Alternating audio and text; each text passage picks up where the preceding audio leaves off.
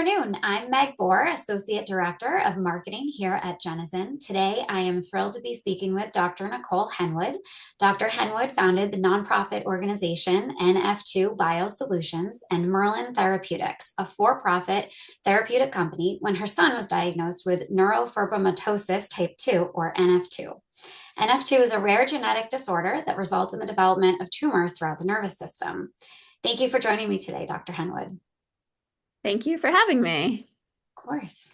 So we'd love to chat with you a little bit about your organizations and your experience. And of course, just to let everyone know about your story, I'd love to ask you to share in your own words about your journey as a physician, as a mother, and a founder. Great, I would be happy to.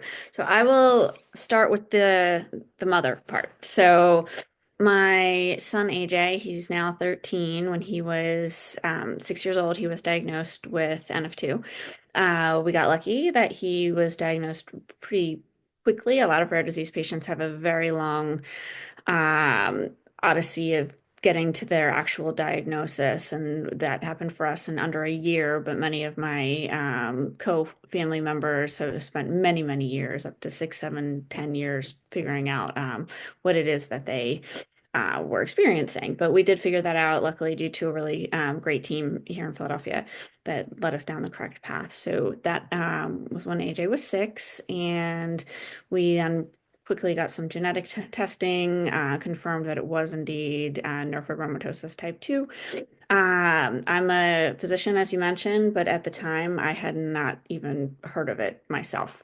I vaguely had a memory of the hallmark being of a disorder out there where there's deafness from bilateral vestibular schwannoma tumors, and that was about it. So I immediately went on a reading crash course after a few weeks of mourning and being very obviously sad and distraught for my child, and took a couple weeks to get past that, and just I went on a rampage of reading everything I could find that there was about NF2. It actually helped me probably the most to join some groups with other patients and family members and other moms who had been through this, and that's where I really got a handle of what was in store for us. So he's doing very well, considering at this point he does have multiple tumors, but he is living the life of a typical eighth grader playing baseball. He plays the trumpet, but he spends a lot of his free time not the way other children do, where he is getting MRIs and getting IV medication treatments and being just an all-around tough kid because he never complains about any of it. Hmm, a hero. He is. He Yeah, doesn't know it. He does yeah, not realize it yet, but yeah, yeah. indeed. That's great. Well, thank you. So, what would you want people to know about NF2 Biosolutions? It's obviously why you started it and how it serves the rare disease community. Sure. So shortly after that time that I spent reading and learning, I became interested in gene therapy for NF2. When I was in college, I worked for about a year and a half in a gene therapy lab before applying for medical school. And while at the time I wasn't doing anything, on the higher concept levels, I was, working in the lab, getting experience for school. My mind immediately jumped to, okay, so somebody's got to be doing gene therapy for this. It's a single gene disorder. It's a relatively small gene, small enough that would fit into most vectors. Somebody's got to be doing this. And I kind of, started looking, reading, not finding very much at all. And then a small group of other scientific-minded patients, more so family members and patients, came together in a Facebook group that we had called NF2 Crew. And there was a little subgroup where people were talking about the scientific sides of things. And some of them are still around that I keep in contact with, not all of them. But out of that little group, we said, well, it looks like there is no they. They are not working on it, so we will.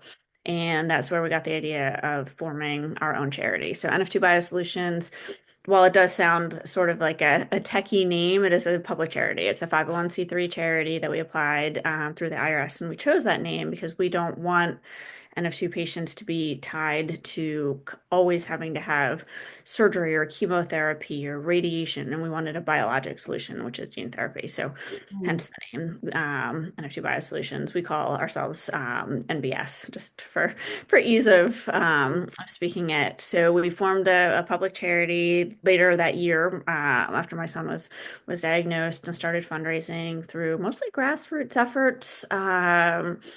A lot of Facebook fundraisers, runs, local walks. We did the Disney half marathon, lots and lots of which was the longest that I've ever run, and I'm never going to do it again.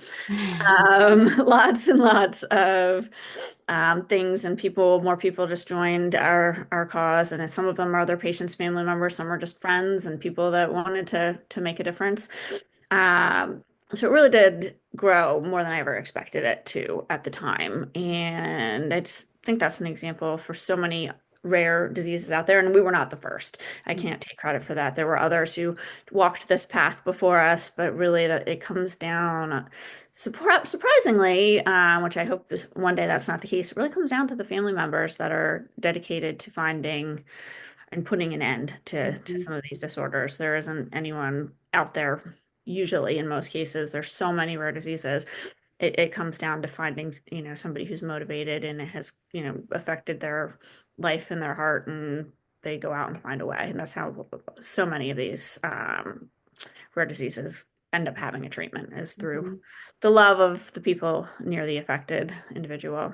Right. And the passion doesn't just have to come from a place of somebody like yourself with a scientific background to start. I mean, it's Mhm. just passion and support and the Mhm. true, sincere desire to find a solution. It's inspiring that the name you chose really focuses on the positive perspective of what you're trying to solve. And I think that's why we at Genezen admire you all so much because we're very much a problem solving organization and appreciate that uh, perspective that we share with you all. Mhm. Thank you for sharing that. So moving from NF2 Biosolutions to Merlin, why did you choose to partner with us at Genezen on the Merlin side of your life? Well, just a little bit of background on what the distinction between NF2 Biosolutions and Yes. Merlin is. So NF2 Biosolutions, we're not focused on a specific path where we'll go down any path that will lead to a treatment for NF2. So we're exploring lots of different things out there, including starting a biobank and just and blood sample collections and tumor sample collections and anything that will benefit the overall NF2 community. Then the next step in our in the path anyway that we see to getting a cure to patients is to have there be a sister company that could then take advantage of the sides of the business aspect of the biotechnology world, meaning small business grants, being able to raise capital, all the things that a foundation cannot do just by nature of it being a foundation. And while we wish we just had the funds that we were able to raise the huge amount of money to bring a gene therapy to the market, that's not going to happen through the foundation. So the for-profit company grew out of that. We work very closely together. We are different organizations. So any type of donation is all to the foundation. That's sort of a non-denominational. We're looking for anything that will help NF2. And then Merlin is its own living, breathing entity now. We're so proud of both of them. So to get back to your original question with Merlin partnering with Genezen, it just came down to being confident in the science and the relationships that we formed with the Genezen team.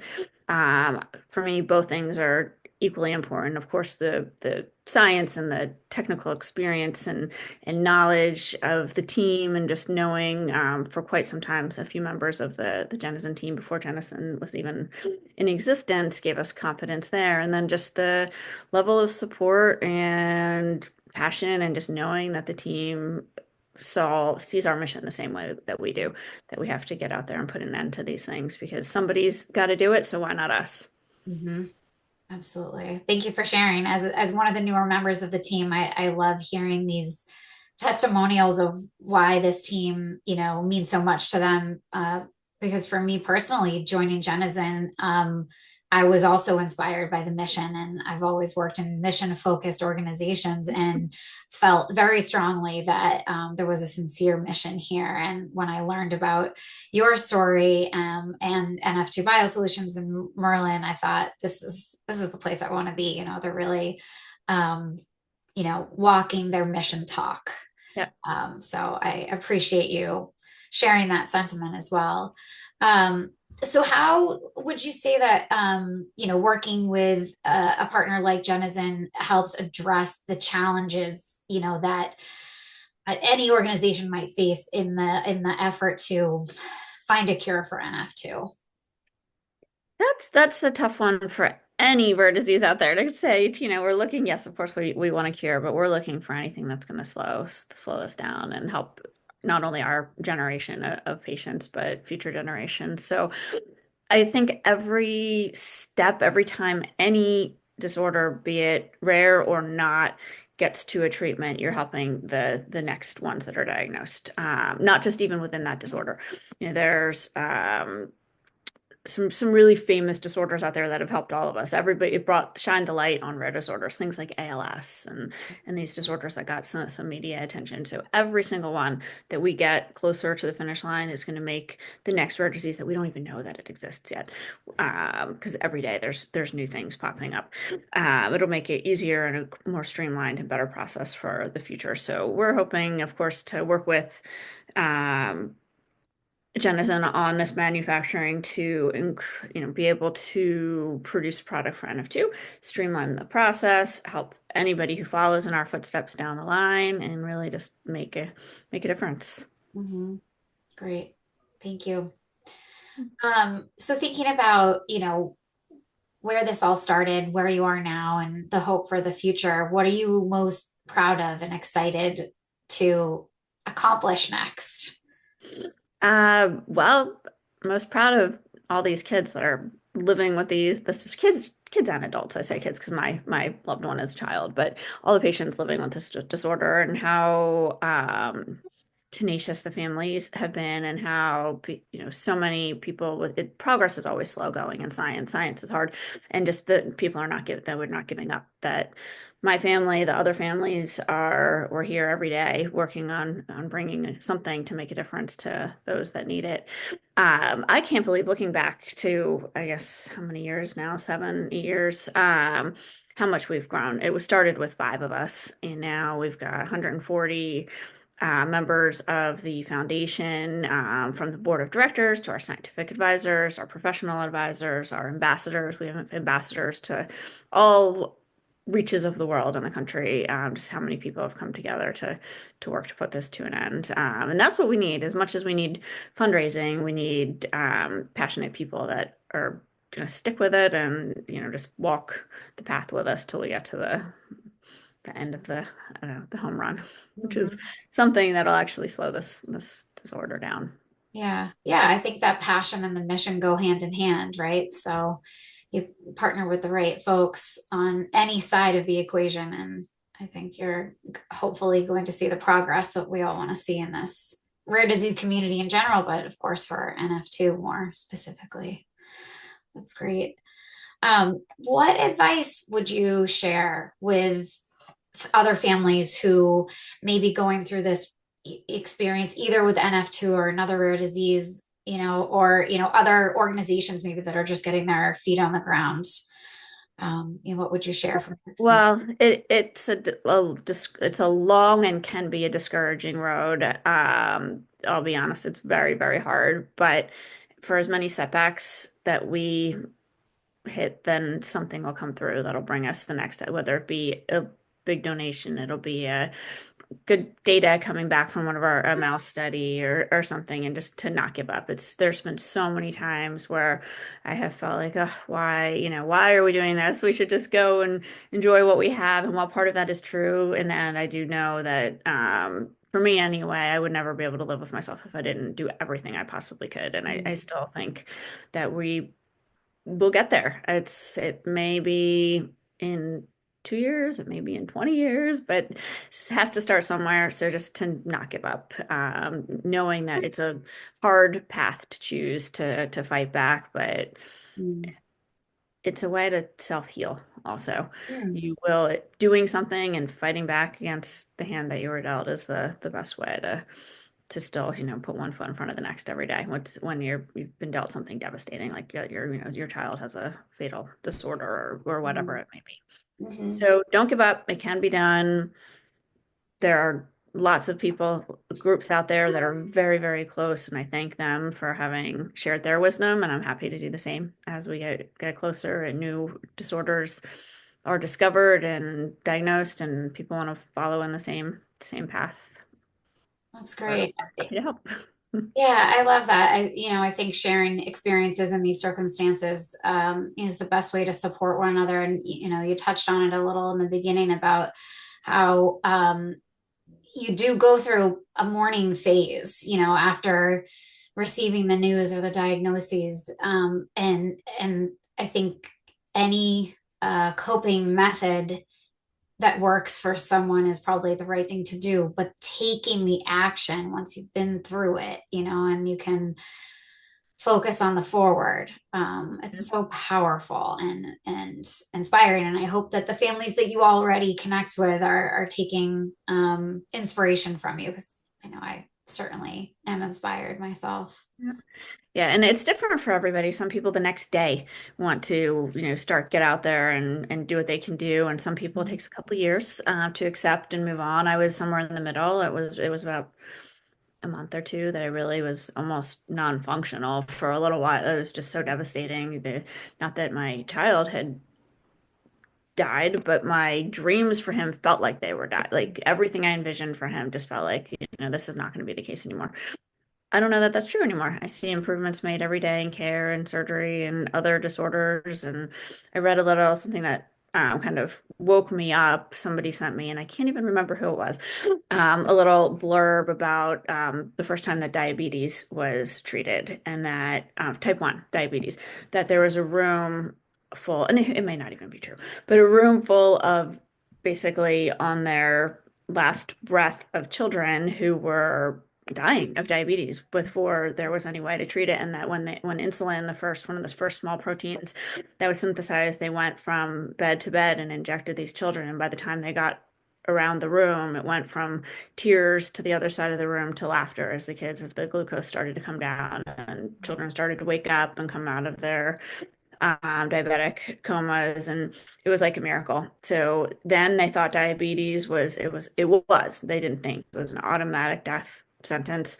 That's how it felt when we got this news, but who knows where you are when you cross over that line where it becomes just a managed chronic disease versus a death sentence. So reading that, I was like, you know what? Why not NF2? It was now diabetes. It seems not minimizing diabetes. It's No, a challenge, that's obviously, but we yeah. can manage it and live a healthy, long life for most patients. And Mm. maybe that will be us the next time. Yeah, I mean, it's a beautiful image. I'd love to read about that. If you share that article, it'd be great to Oh, see. I should go back and Yeah. find it. But I would love to even know, even if it wasn't true, it served its purpose. It made me say, okay, we're gonna go do this. Well, right. That's what I mean is like, even if it's not the exact case, like that image of that kind of success and emotional hurdle jumping, is uh, enough to give anybody the motivation to at least try, right? Just at least try, see what we can do. Doing nothing at all does nothing. Yeah. Yeah, exactly. Yeah. So that was a long-winded answer to what I would say to other families. But it's great. It's great, and we're excited to share this, with the rare disease community, in and outside of NF2. So we appreciate it. Um, and then speaking of the NF community, we know that May is NF Awareness Month, and specifically Awareness Day is May 22nd. Is that right? Yep. Yep. 22nd chromosome is where the NF2 gene is and the mutations that lead to this disorder. So with May being NF Awareness Month, our particular day is the 22nd. That's great. What is there anything you'd like to share about NF Awareness Month or NF2 Awareness Day? As we approach, the clock is ticking quickly. Yeah. May is fast Um, approaching. What would you like to yeah, share with us? so it's just a day to both spread awareness and fundraise. NF2 is still it's misunderstood. It is not a subclassification of NF1. It is not less severe because it's number two, like some disorders that do classify later onset by one, two, three, four progressively. They're distinct disorders. They were named by clinically similar findings before DNA was really even a known thing. But it turns out they're two different disorders. So just spreading awareness that NF2, what it is, how it affects people, and that there is a path forward, and that it's much more common than one would think. It's actually about 1 in 25,000 births. So somebody has NF2. They might not just know it yet. They might not have been diagnosed yet. Sometimes diagnosis happens very early in life, sometimes later in life. So just use that opportunity to teach at least one other person what NF2 is. Any donations are always super appreciated and welcomed. A little bit goes a long way in the nonprofit world for us. We're very careful with how we use those funds and direct them towards research. We don't have a lot of overhead because it's most of the team is volunteer parents working out of their homes like me. So we really try to keep the costs as low as possible and direct everything we can to research. So any donations would be amazing, and spreading awareness and just appreciating what's out there and what everybody with these disorders is facing, and keeping an eye on the future, I guess, of what we can do next. Exactly, exactly. Accelerating what we can for tomorrow, today, right? And I'm sure the Genezen team will be all aboard again to support NF2 Biosolutions come NF Awareness Month. I would be honored to participate this year. It'll be my first Genezen Cares initiative since joining the team. So Fun. happy to spread that word for you, within our Genezen community, but to the broader community as well. So thank you so much for sharing that. Oh, that is much appreciated. Thank you.